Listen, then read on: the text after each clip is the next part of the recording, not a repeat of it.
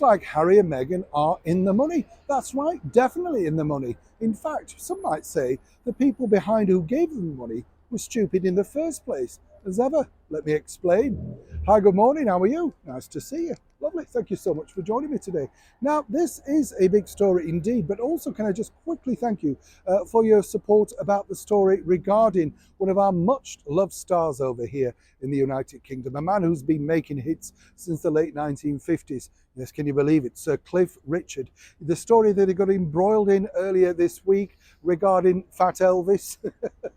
I mean, it's ridiculous, isn't it? You know, as I explained in the video, you know, a lot of people, it's a generational thing. You can understand it. It was his icon. And as we told you, Priscilla Presley told me that Elvis wasn't too keen on anybody taking his picture in the latter part of his life because he knew he didn't look particularly good. Can you imagine what he would have been like in today's world, doing concerts in Vegas? Everybody would be filming, wouldn't they? There would be no escape from that. The scrutiny would have been incredible.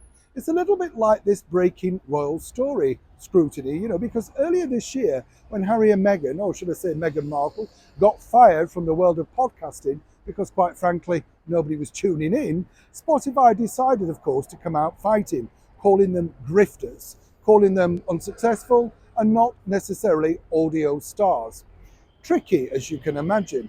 And for Meghan and Harry, this must have proven highly embarrassing. But then, of course, Spotify had to lay off hundreds of workers because, well, they'd spent a lot of money, mainly on two grifters, allegedly, that they'd given a lot of money to, which resulted in around about 12 episodes of a podcast. Now, as I've said to you before, apart from Serena Williams and Mariah Carey, can anybody truly name any of the alleged big names that were going to prove exciting, sitting down allegedly with Meghan Markle, who also was accused of actually not undertaking the full interviews and simply just nodding and adding in her questions as a young producer did most of the question asking. I mean, how idle do you need to be? But now what's emerged is this, and it's fascinating, and as ever, we always have to say allegedly, but this is what's been told to me from an impeccable source. You see, Spotify did in fact have to pay the full amount because in principle, you know, this is where it gets thorny and interesting.